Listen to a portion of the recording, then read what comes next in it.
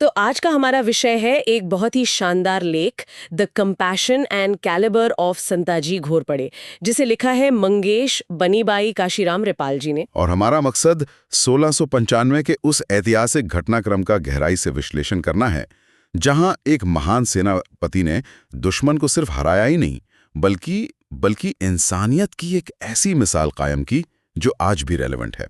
एक ऐसी कहानी जहां एक हाथ में तलवार थी और दूसरे हाथ में भाखरी यानी रोटी थी। बात सन 1695 की है। जी, 1695। उस समय जिंजी के किले पर मुगलों का भारी घेरा पड़ा हुआ था और स्रोत बताता है कि उसी दौरान सेनापति संताजी घोरपड़े और धनाजी जाधव एक विशाल फौज के साथ कर्नाटक की तरफ निकल चुके थे। और यही वो मोमेंट था जिसने पूरी बाजी पलट दी। बिल्कुल, क्योंकि जब दिल्ली में बैठे औरंगजेब को ये खबर मिली तो उसकी प्रतिक्रिया सच में चौंकाने वाली थी। वो बुरी तरह घबरा गया। बहुत ज्यादा घबरा गया था। मतलब उसे पता था कि अगर संताजी जिंजी तक पहुंच गए तो मुगल सेना का पूरी तरह से नाश हो जाएगा। इसी डर के कारण औरंगजेब ने संताजी को रोकने के लिए कासिम खान और अपने अन्य बड़े सरदारों को तुरंत रवाना कर दिया। औरंगजेब का एक कदम उसकी बेबसी को दिखाता है। पर मेरा सवाल ये है कि आखिर संताजी का खौफ इतना अधिक क्यों था? मतलब औरंगजेब उस समय भारत के सबसे बड़े साम्राज्य का शासक था, उसके पास इतनी बड़ी सेना थी, फिर वो एक सेनापति से सीधे इतना क्यों डर गया? देखिए, औरंगजेब का ये खौफ केवल सैन्य संख्या का नहीं था। ये खौफ संताजी की उस अभेद्य और अप्रत्याशित रणनीति का था जिसके लिए वे मशहूर थे। अच्छा, मतलब उनकी स्ट्रैटेजी मुगलों से इतनी अलग थी? बिल्कुल अलग थी।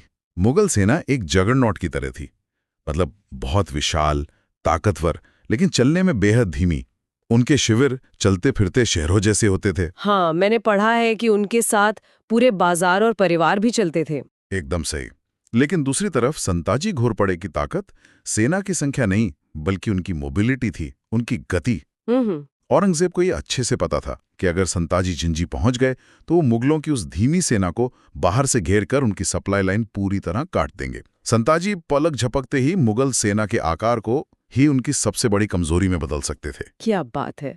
और औरंगजेब का वो डर बिल्कुल जायज भी साबित हुआ, क्योंकि संताजी पहले से ही तैयार थे। जी हाँ, वो मुगलों के हर कदम का इंतजार कर रहे थे। स्रोत के मुताबिक कासिम खान जब उन्हें रोकने पहुंचा तो संताजी ने जो योजना बनाई वो युद्ध रणनीति का एक बेहतरीन उदाहरण है। आधी रात का समय था। संताजी ने अपनी सेना को 3 बहुत ही सटीक टुकड़ियों में बांट दिया। ये उनका मास्टर स्ट्रोक था, 3 हिस्सों वाली रणनीति। बिल्कुल। पहली टुकड़ी ने दुश्मनों के शामियाने पर यानी टेंट्स पर हमला किया और आग लगा दी। फिर दूसरी टुकड़ी ने उन मुगल सरदारों पर धावा बोला जो मदद के लिए दौड़कर आ रहे थे। और तीसरी टुकड़ी ने इस पूरी अफरा तफरी का फायदा उठाकर पूरी छावनी को ही लूट लिया। देखिए, इस रणनीति का हर एक चरण दुश्मन को मानसिक रूप से तोड़ने के लिए डिजाइन किया गया था। रात के समय इंसान का दिमाग आराम में होता है। बिल्कुल, नींद में होते हैं सब। हाँ, तो अचानक आग और हमले से सबसे पहले उनका कमांड स्ट्रक्चर ढह गया। पहली टुकड़ी ने उन्हें डराया, दूसरी टुकड़ी ने लीडरशिप को खत्म किया, जो भी सरदार बाहर आया उसे मार दिया गया, और तीसरी टुकड़ी ने रसद लूटकर उनके बचने की उम्मीद ही खत्म कर दी। ये एक परफेक्ट साइकोलॉजिकल अटैक था। हम 1695 की बात कर रहे हैं, बिना किसी रेडियो या फोन के आधी रात की घने अंधेरे में इतनी परफेक्ट 3 प्रॉन्ग रणनीति को अंजाम देना, मतलब व्यवहारिक रूप से कैसे संभव हुआ होगा? ये बहुत ही लाजमी सवाल है और यहीं पर मराठा सैन्य नेतृत्व का कमाल दिखता है। अच्छा, देखिए, ये केवल हथियारों का हमला नहीं था। 17वीं सदी में इस तरह के हमलों के लिए जो संचार होता था वो विजुअल और ऑडियो होता था। विजुअल मतलब आग से? एग्जैक्टली। पहली टुकड़ी द्वारा तंबुओं में लगाई गई वो आग सिर्फ तबाही मचाने के लिए नहीं थी। वो आग दरअसल एक बीकन या विजुअल सिग्नल थी। अरे वाह! जैसे ही वो आग भड़की, अंधेरे में छिपकर बैठी दूसरी और तीसरी टुकड़ियों को बिना किसी रेडियो के अपना गो सिग्नल मिल गया। मतलब उन्होंने दुश्मन के तंबुओं की आग को ही अपना कम्युनिकेशन डिवाइस बना लिया। ये तो जीनियस है। बिल्कुल। ये संताजी के असाधारण सैन्य नेतृत्व का प्रमाण है, जिसने मुगल सेना में पूरी तरह से अराजकता फैला दी। और उस आधी रात के हमले ने मुगल सेना को इस कदर तोड़ दिया कि उन्हें अपनी जान बचाकर भागना पड़ा।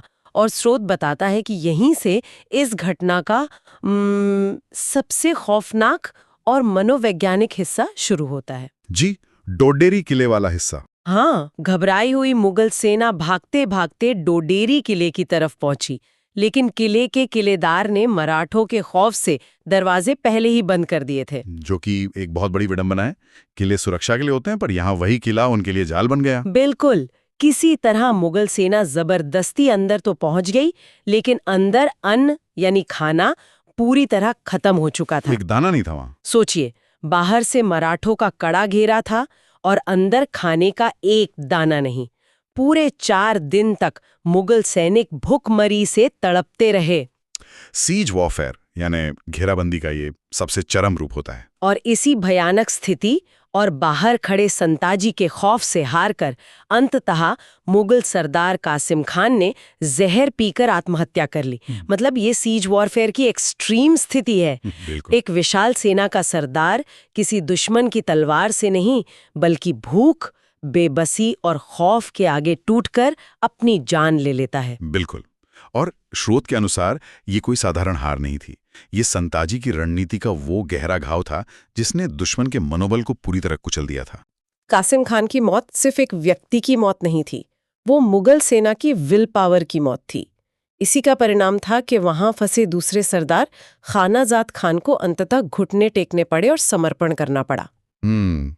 लेकिन खानाजाद खान के समर्पण के बाद जो हुआ वो इस पूरी चर्चा का केंद्र बिंदु है, क्योंकि यहीं पता चलता है कि एक बेहतरीन योद्धा और एक महान इंसान में आखिर क्या फर्क होता है। बिल्कुल सही बात है। स्रोत बताता है कि संताजी ने समर्पण करने वालों से नियम के अनुसार खंडनी या रैंसम तो ली, लेकिन उसके बाद जो किया वो इतिहास में अमर हो गया। हाँ, वो घटना सच में अकल्पनीय है। उस दौर में दिलेर खान जैसे मुगल सरदार हुआ करते थे जो शरण में आए सैनिकों के हाथ पैर बड़ी निर्दयता से काट दिया करते थे। जी, ये खौफ पैदा करने का उनका तरीका था। लेकिन इसके बिल्कुल उलट सेनापति संताजी घोरपड़े उन दुश्मन सैनिकों के सामने खड़े थे जो 13 दिनों से भूखे थे, और उनके एक हाथ में भाखरी यानी रोटी थी और दूसरे हाथ में पानी। उन्होंने उन सैनिकों के हाथ पैर नहीं काटे, बल्कि उन्हें खाना खिलाया। ये सिर्फ जीत नहीं थी, ये इंसानियत का महान पराक्रम था। लेकिन मुझे यहाँ एक सवाल पूछना है। जी, पूछिए। देखिए, जब आपके अपने लोग आपकी तारीफ करें तो वो आम बात है। हो सकता है इसे बढ़ाकर बताया गया हो। कई बार ऐसा होता है। लेकिन स्रोत के अनुसार इस अद्भुत घटना को खुद एक मुगल इतिहासकार खाफी खान ने लिखकर दर्ज किया है। तो जब आपके दुश्मन का इतिहासकार आपकी इंसानियत को अपने पन्नों में दर्ज करें, तो क्या वो बात सत्यता के सबसे ऊंचे शिखर पर नहीं पहुंच जाती? बिल्कुल पहुंचती है, और आपका ये बिंदु बहुत ही महत्वपूर्ण है। खाफी खान जो मुगल दरबार का इतिहासकार था, उसका काम मुगलों की तारीफ लिखना था। अगर वो संताजी की करुणा के बारे में लिख रहा है, तो इसका मतलब है कि ये घटना उस समय मुगलों के लिए भी एक बहुत बड़ा वैचारिक झटका रही होगी। मतलब ये कोई पीआर स्टंट नहीं था, ये एक स्थापित सत्य है। एग्जैक्टली। ये घटना दर्शाती है कि ज्ञान और शक्ति का असली मूल्य तब है जब उसे सही संदर्भ में इस्तेमाल किया जाए। जब दिलेर खान जैसे लोग क्रूरता करते थे, तो वो भविष्य के लिए दुश्मनी का एक नया बीज बोते थे, बदला लेने की भावना पैदा करते थे। बिल्कुल। लेकिन संताजी ने उन 13 दिन से भूखे मुगलों को रोटी देके उन्हें वैचारिक रूप से निहत्था कर दिया। क्रूरता से केवल युद्ध जीते जाते हैं, लेकिन ऐसी करुणा से इतिहास रचा जाता है।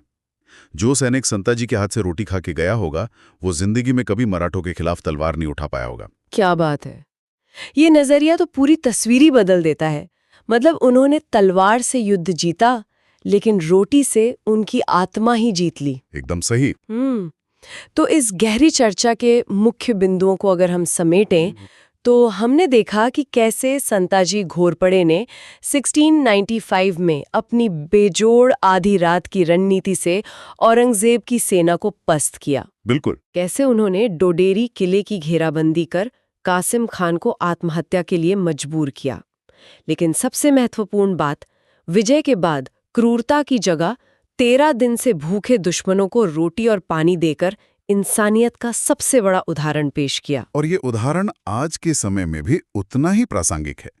शक्ति का सही इस्तेमाल कहाँ करना है और कहाँ उसे रोक लेना है, यही एक महान नेता की पहचान है। बिल्कुल सही कहा आपने।